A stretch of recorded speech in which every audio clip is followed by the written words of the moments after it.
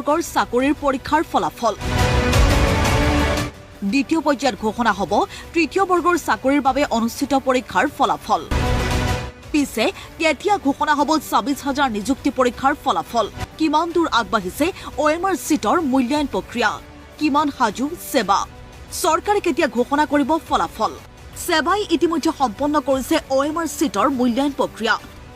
মূল্যায়নৰ অন্তত সেৱাই বৃহস্পতিবাৰে সিল কৰিছে OMR সিট প্ৰস্তুত কৰিছে উত্তীৰ্ণ প্ৰাৰ্থীৰ তালিকা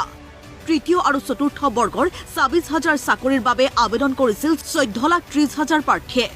কিন্তু পৰীক্ষাত বহিছিল ১২,৭০,০০০ চাকৰি প্ৰত্যাশী প্ৰাৰ্থী আৰু পৰীক্ষাত বহা ১২,৭০,০০০ পৰীক্ষাৰ্থীৰ OMR সিট কম্পিউটাৰাইজ পদ্ধতিৰে ১০০% মূল্যায়ন সম্পন্ন কৰিছে সেৱাই প্ৰথম পৰ্যায়ত চতুৰ্থ বৰ্গৰ আৰু দ্বিতীয় পৰ্যায়ত তৃতীয় বৰ্গৰ ফলাফল ঘোষণা কৰিব চৰকাৰে আৰু সেৱাই দিয়া ৬০ দিনৰ ডেডলাইন ধৰিলেও আগন্তুক ৭ পৰা ১৫ দিনৰ ভিতৰত ঘোষণা হ'ব পাৰে ২৬,০০০ নিযুক্তি পৰীক্ষাৰ ফলাফল পৰীক্ষা অনুষ্ঠিত কৰাৰে পৰা মূল্যায়নলৈ সেৱাই কাম সম্পন্ন কৰাৰ পিছত এতিয়া ফলাফলৰ ক্ষেত্ৰত পৰৱৰ্তী পৰ্যায়ৰ বাবে দৃষ্টি নিবদ্ধ